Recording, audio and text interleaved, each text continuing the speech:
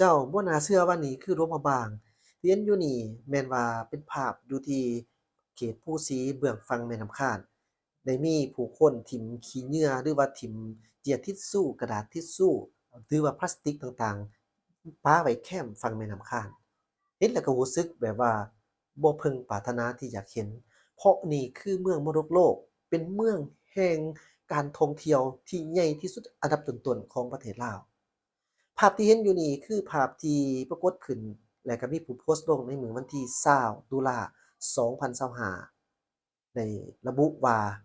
ภาพนี้ถูกถ่ายอยู่ที่แถวเขตภูสีใกล้แคมป์แม่น้ำค้าน